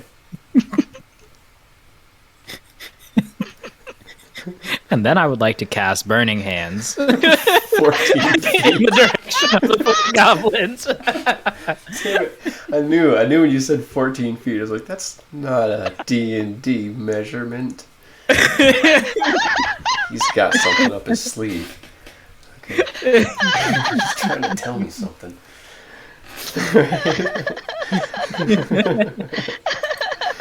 So, from where you are, it would hit all of them. Yeah. Okay, let's. Oh my gosh, that's so many! 20! Okay. That looks like 2 successes and 3 failures. Yes. So 3d6 for the failures, half as much for the successes. Yeah. All right. Would you like to roll that? Or you want me to? Yeah. I got. Yeah, you do the honors. 3d6s. Here we go. What are we looking at? Oh, look at that. 9. So 9 for each failure, and then are we rounding up or down? Down. Down. Yeah. Down. So 4 for the successes. Okay.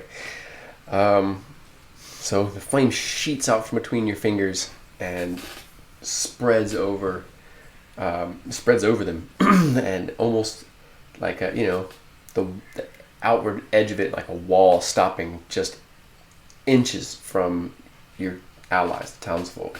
And all of them sort of, you can see through the sheeting flame, them like leaning back away from it and looking down at themselves. But within it, first in front of you, the first one to fall is the archer goblin, who's not that far in front of you, who immediately, he just like shrivels and falls, and you can see he's wearing like tattered cloth in it, and he's got a shield strapped to his back, and flames are licking both of them. And in the actual rank fighting, one that looks like it's wearing some sort of heavier armor, like it's got steel shoulder pads, shrieks and falls down.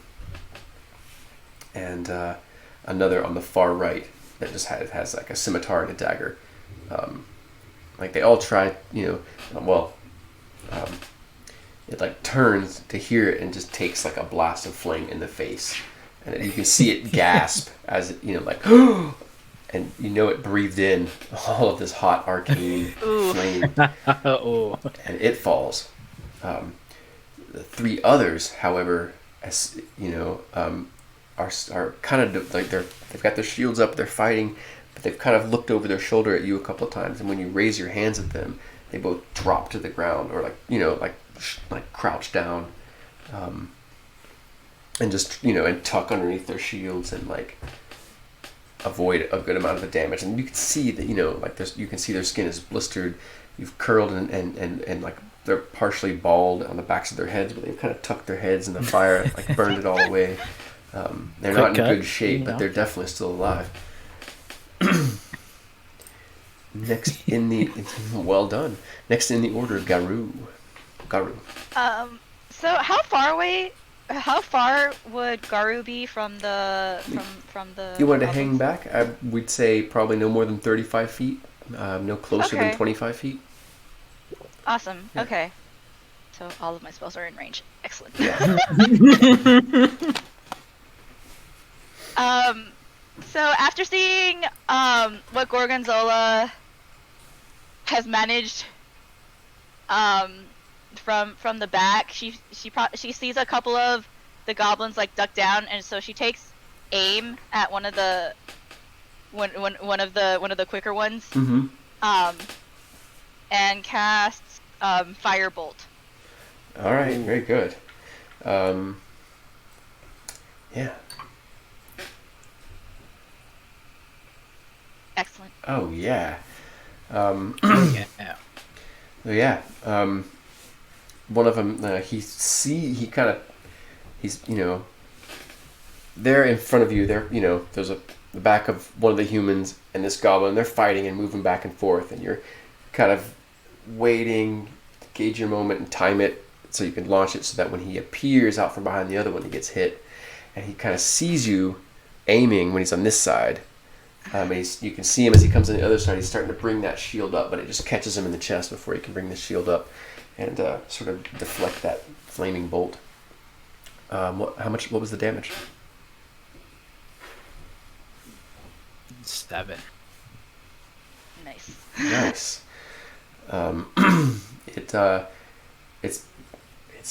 Its shield and its weapon fly out of its hand as it goes to like clutch its chest with one hand and like put its hand up to try and block the flame that's already burned it and disappeared. And it falls back like coughing and gasping and hits the ground and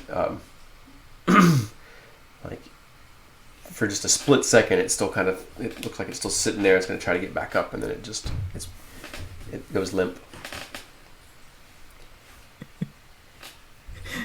I think you gave that guy pneumonia.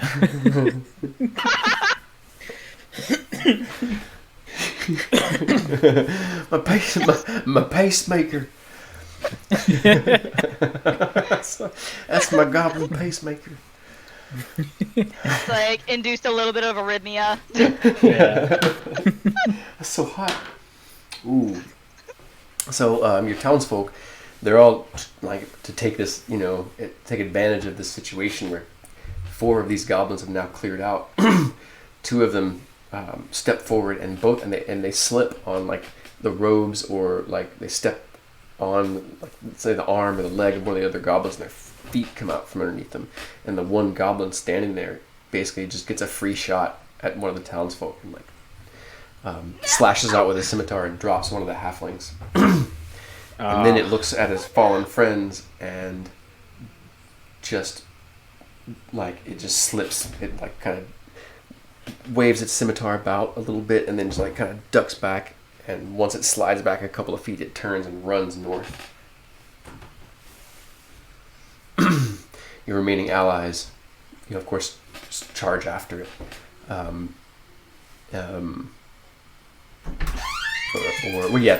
people that were sitting there fighting in that cluster charge after it.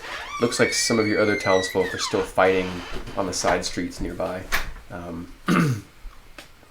Looks like they've saved the people they were like trying to protect, and now they're just like forming little forming little defensive lines against goblins that are coming in from another street. It looks like they're just streaming out from all the radial streets that come from the center, and some of them are straggling off to the side down side streets to see what other opportunities they can get their little hands on.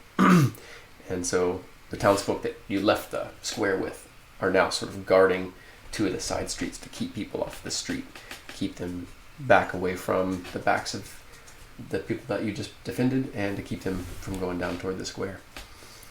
Top of the order, Gorgonzola.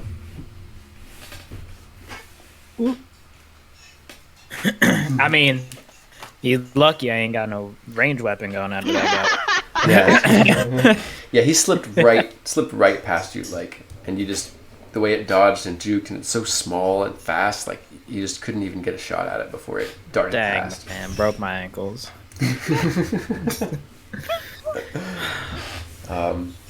But it's only like 15 feet away from you because it moved and then moved past you. Okay, it's only 15 feet away.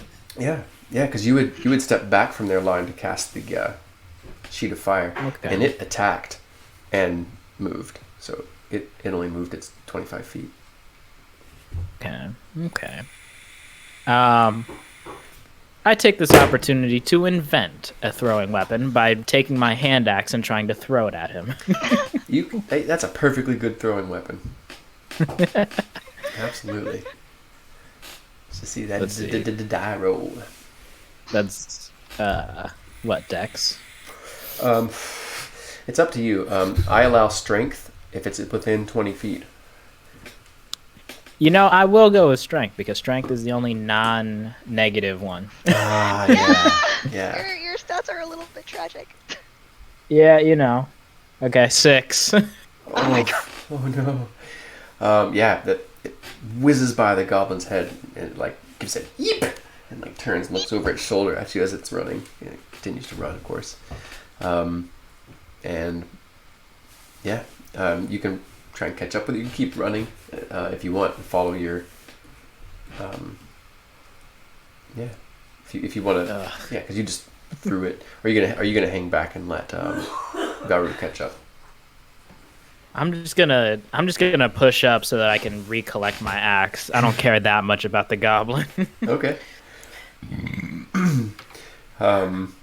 So yeah, you can move and skirt around the goblin so it doesn't get a swipe at you because you're not as agile as this thing is, and your axe is about 30 feet away. Like that's probably why it didn't. If it was harder and faster, it might have hit. It might have hit him, but it was kind of a light throw, so it's not too far away.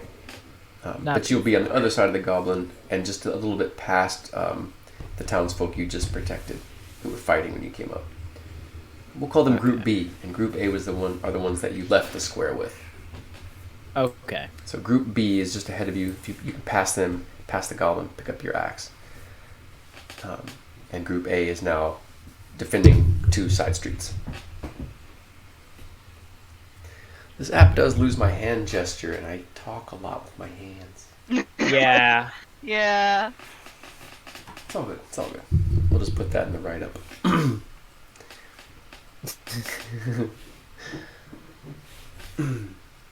So that's what you want to do? You want to move through your allies? Okay. I'm chilling. Awesome. So yeah, Gorgonzola dashes through the crowd, slips around the goblin, and snatches up his axe, his throwing axe. Garu. Let's see. Does Garu want to get that last straggler or try to block off a street? I guess the thing that decides it is on either of those side streets. Is there anything flammable that'll like create a wall of fire if she sets it on fire? Well, there are some crates stacked up. They'd probably have to be moved, but they could definitely form a barrier that you could then set on fire. But there's nothing blocking it. There's nothing covering the street right now. But yeah, there's plenty of materials to do that, and some townsfolk that might help you. They're fighting Okay. one goblin now. Perhaps if you help them take that goblin out and gave them some orders, they would be able to start doing that. Okay. Yeah, so I am going to cast... What am I going to cast? Wow, I really am a pyromaniac. I'm going to cast Firebolt on the goblin that they're struggling with. Okay.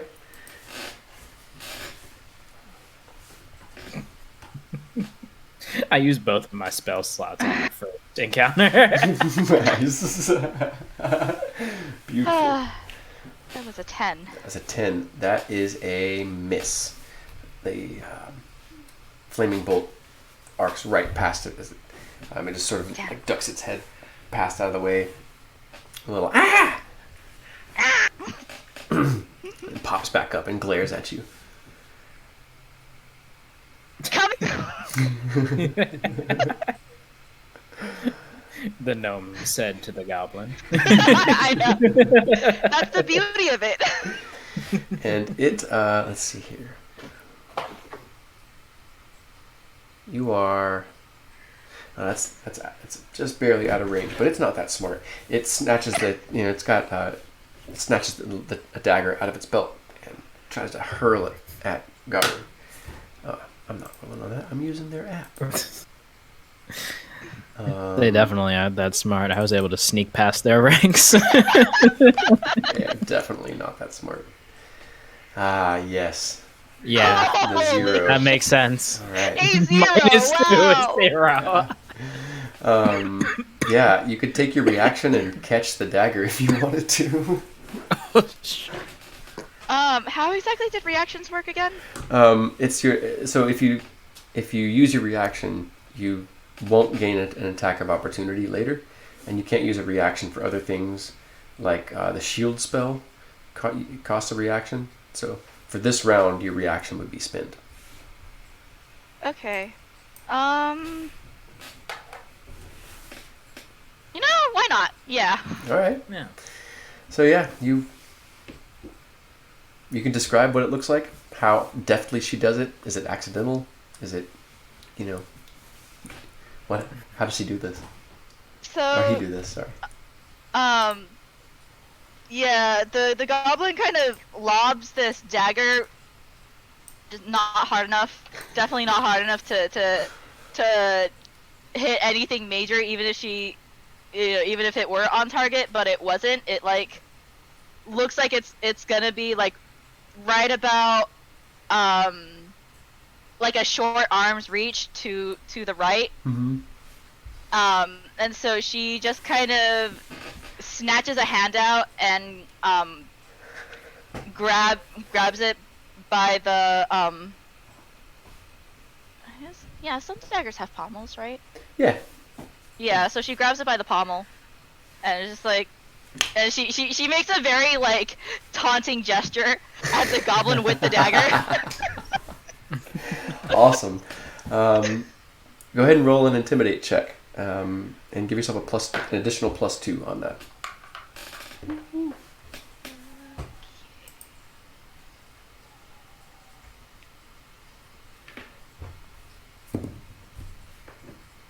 So it would be 11. Okay. Its eyes just widen, and it being the goblin's turn. Oh no, that was its turn. It threw it. You caught it. All right, cool. But no, it is still its turn. It turns and continues to run, but having made an attack, it can only hide and disengage as a free action. So yeah, it continues to dash north, looking angling toward one of the other side streets, like it's gonna try to really get the hell away from you guys. I'm scared. That's my girl. And, so your ally group B continues to surge north, chasing after this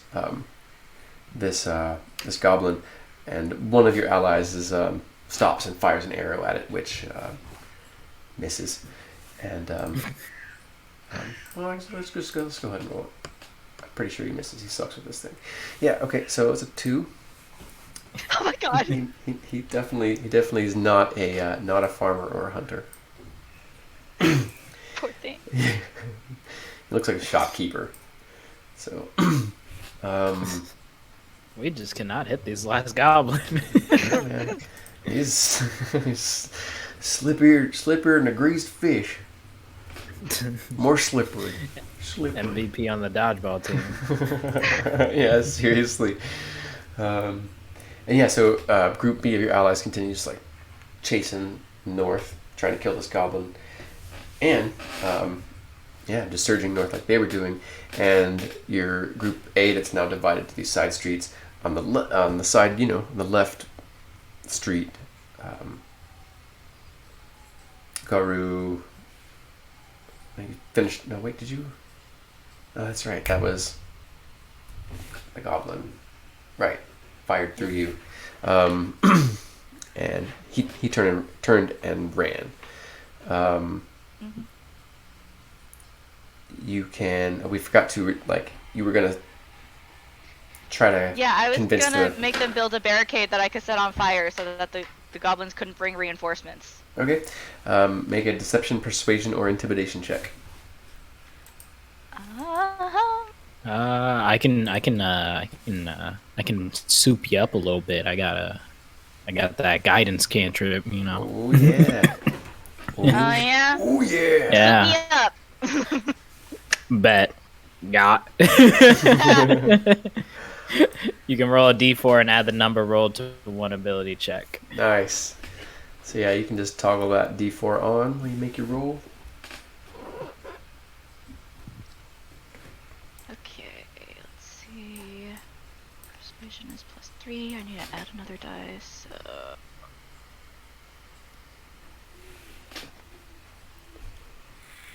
Oh no! Oh Jesus Christ! I missed it. I think something glitched It up. was a 7. 7 total? It was a 7. Okay. So you get a few of them to start working, and one of them chases the goblin, and the other two just chase after the other group after Group B. Just keep going to the north. Oy vey. So in a couple of it'll take them a minute, or not a whole minute, but like a few rounds to like move some of these crates and make a barricade. But it looks like at the very least they're making one. Okay, as long as they're making one. Yeah. Do you want to stop and wait and catch it, set it on fire, or what do you want to? No, she's gonna keep an eye on it. And when it's ready, she will just like hurl either an alchemist fire or a firebolt at it. Okay.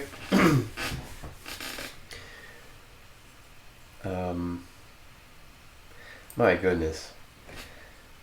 My brain just did that thing. I think I need a snack. Like, it... Would you repeat that? Oh, I know exactly what you're talking about. It happens to me all the time. Thank you. So she's just gonna keep an eye on it.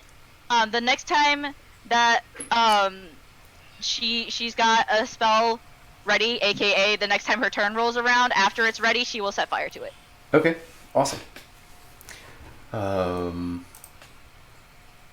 In the meantime, Gorgonzola. Are we still trying to kill this fucking goblin? Yeah, he's a little further to the. Yeah. He's just a little bit beyond you. You are still trying to catch the straggler. Okay. He's about 10 feet away from you. Moving toward 10 that feet side away? street, yeah. Okay, you know what? I'm running up on him with my warhammer. That's what we're doing. or my maul. Awesome. I'm not playing this shit no more. He's going down. Little man. Let's find out.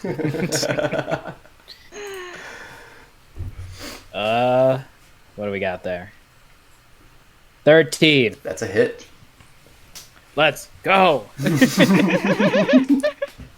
Hammer time. 2d6s. Oh my god. Slap. Hot damn. 9. Oh my god. Oh my goodness. So yeah, you pick this goblin up off of its feet with the momentum and the weight of this hammer, and you lift him, carrying him about 15 feet through the air. But when you hit him, his body just wraps around the head of the hammer, just like you fished some like wet cloth out of a creek. It's just like wrapped around it. And as soon as you your arc of your swing travels far enough for his body to slip off of the hammerhead, he goes tumbling about 15 feet away and does not move. That's my man!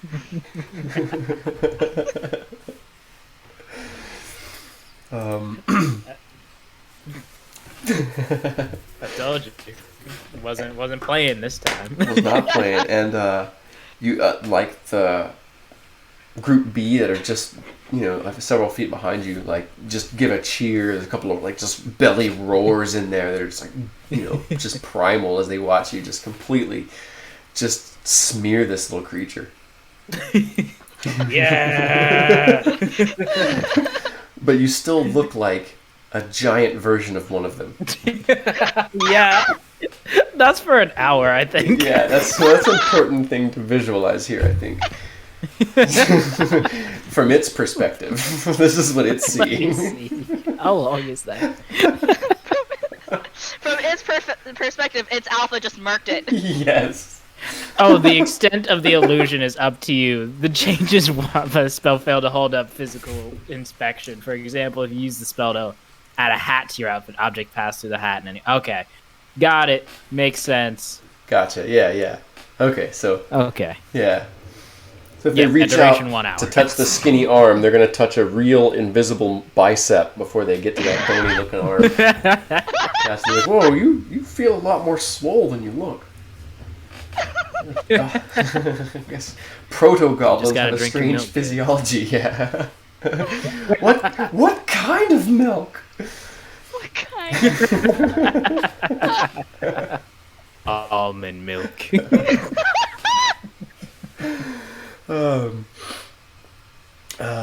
Okay, so yeah, Garu, what's the range on your firebolt? 120 feet. You can still hit the goblin that is running away from you, that threw the knife at you. Okay, yeah, I would like to do that. I'm pissed. Okay. How dare it? Get him, babe.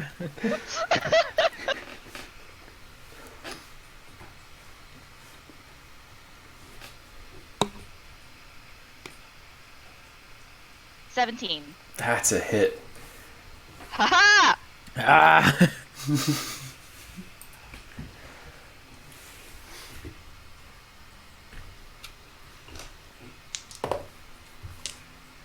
Nice. What's the total? 10. Oh my goodness. You can describe this if you like. So, given kind of the adrenaline rush of having caught this little bugger's dagger, Yeah. Garu feels like this very primal fire like roar up in her as she casts Firebolt to either fry it or trap it. She doesn't really care which, but it's like a meteor just rains down on it. Like, it may as well have been like some kind of homing beacon. Yeah. Yeah, it's even brighter than your last few firebolts even, Probably, yeah. Oh, absolutely. Awesome. Yeah, and it just takes this thing in the back, and it's a bit far away, so you can't make out all the details, but it leaves this creature a smoking ruin, He doesn't have a back anymore. No, not much of one. Okay. So yeah, I guess Gorgonzola, you continue, or do you stop and wait, or with this group B kind of catches up with you and continues? Are you continuing to charge force? We're going to loosen initiative a little bit for the moment. So just get an idea of what Gorgonzola is doing next. Hmm. We definitely would be more effective if I just kept on going. All right. All Why right, don't you? yeah, we're gonna keep charging forth, killing as many goblins as possible. Why Okay. not? All right. Give me a general attack roll, and you can take that at advantage. Oh, let's go. All right. Now I get to do the two. Yeah. Oh, that's not looking great. That's a little tragic. Oh no. That's not looking great, Chief. You leaned into your role as a particularly large goblin too much. So Garu is, just stomping forward, terrifying goblins. You miss, you swing again, you miss. But pretty soon you realize it's not even your fault. These things are tumbling over themselves, climbing over each other to get away from you. They won't stay within range. They're just terrified. They're seeing this giant version of their own kind, just ignoring their enemies and cleaving through them with a giant hammer. Or like they saw that one goblin was all it took, and they're all just like, it's like a wave tumbling away from you as you like fight yourself way down the alley. Garu, after a few minutes, after a few more seconds, there's a nice 6-foot high stack of crates. They're all pulled off the walls, and you're able to ignite these. You also have that oil and different stuff you took with you. So how are you going to try to light this thing on fire? I'm gonna lob an alchemist fire at it. Okay. Oh, awesome. No need to aim or anything like that. It's a big wall of crates, and you just lob it over, and it's got the oddest effect. As soon as it hits, it's just like this liquid, like really thick. Well, it's a liquid of almost like two parts. It's like thick jelly-like globules in it, and then there's like a more oily substance that just sort of spreads over it. But then after like a second and a half, you can see it start to smoke, and then the surface of it flashes into fire, and it pretty quickly starts to spread, and to the point where you kind of have to get back onto the other street because the smoke is billowing out in both directions, kind of moving down the street. But there's a nice little barrier you don't think any other goblins are going to move down. Excellent. And you begin bringing up the rear, moving up behind. And collecting some of the other townsfolk that were guarding that side, and you all are moving up sort of behind this other wave of the B group and Gorgonzola. And as you sort of come together, you're still hanging back with some of these other with the other townsfolk a little bit, and catching stragglers because you all are punching through little clusters of goblins here and there, knocking some to the ground, not finishing them off, and then Garu, your group, will kind of come through and finish them off. And you kind of slowly, as you guys are moving up this street, blocks at a time, fighting, the dust is continuing to settle down. The initial wave of screams that's kind of rocking over the city has died down, but now you can hear the fighting from street to street, or like on both sides of you. And you all sort of kind of cluster together, and there's this thick cluster. There's probably like 40 of these goblins, and just your group just kind of clusters up together and just starts to crush into them. And Garu is blasting fire lances, and Gorgonzola is using different magics to assist people, and just smashing and knocking goblins to the side and crushing them to the ground. And you finally break through this, and once you break through this final line, you're sort of surrounded still, but you're breaking through, divide them into two groups. Like as soon as you break through them, they begin to just flow back from your group, and you're now you can see as you cut through their line, there's a group of town guards, and some townsfolk, and a few soldiers that are covered in dust and tattered and bloody uniforms that are all sort of fighting, and they've made a makeshift barrier sort of like in a horseshoe around this street, going out into the square. And beyond that, it's like pieces of wagons, masonry, and stuff like that that's just been all sort of hastily erected and stacked up. The goblins are driven out of that, and it's just townsfolk and all of you, and you can see ahead of you, like the walls of the city are like crumbled and like spread over the buckled, like the flagstones are just like rippled and buckled from where the stone hit and just shifted all the earth and moved all the cobblestones and knocked the walls down. So it's almost like this rocky slope that goes up. And you're all sort of taking a breath and a breather, and everyone kind of gets their senses and is able to sort of steady themselves. Some of you drink some water, whatever. People are tending to their wounds, but you recognize Captain Marcalo, who's the local captain of the guard. And he just says, "For all hail and ready, we have people, and they've been kidnapped by these things. They've been dragged into the stone, and we need brave souls to enter and get our people back." And he looks at the two of you and says, "Can we expect your aid?" And that is where I think we're going to end this Garu session salutes and is tonight. like, of course. Nice. Woo! That's a good amount of goblins and fighting and ideas. Even though this is a one shot, maybe we'll play again. I'm gonna probably run this a couple more times. So go ahead and level your characters up again. Yeah, let's go level 2. And all right. So how did this session go? I'll start with Garu. Do you have any feedback? Anything stand out? Really cool, really interesting, really good, really bad? Anything worked really well? Anything bug you? I really liked the flow of combat. I liked that each like little encounter moved really quickly, because I know like one of my big pet peeves with D&D is when the combat just goes too long per encounter. Yeah, totally. Yeah. Awesome. What about you, Gorgonzola? I mean, yeah, this I'm having a great time with this. All right, awesome.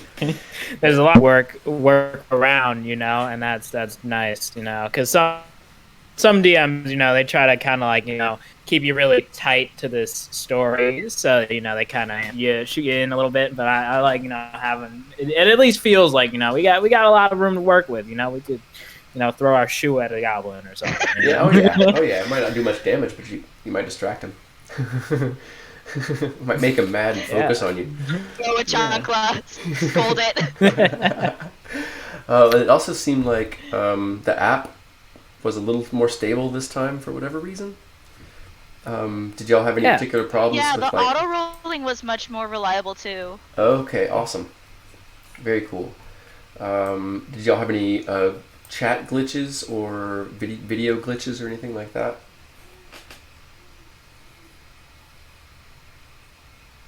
Oh. No? Okay. Maybe. They may cut out, but that just that a few connection happened issues. a couple times. Okay, yeah. Okay. Well, awesome. Let's see here. Got this other thing I need to post again. Control C. Control V. I like to think out loud. Alright, I'm going to post another review form, and I don't know why I doubled that. I already posted that earlier. But yeah, there's Dims, and... That alchemist fire is really just napalm, isn't it? Yeah. Pretty much, yeah. It's self-igniting napalm. Yeah. That's all I could think. I was like, Right. that's just napalm. Yeah. Oh. Yeah, I like to try to do some sort of real world component to stuff and like try to ground it. Oh. Weird. Am I muted? That's bizarre. That's weird. Y'all should have been able to hear me on... Oh, you guys jumped out of there. Okay, cool. Alright. I'm going to stop my recording.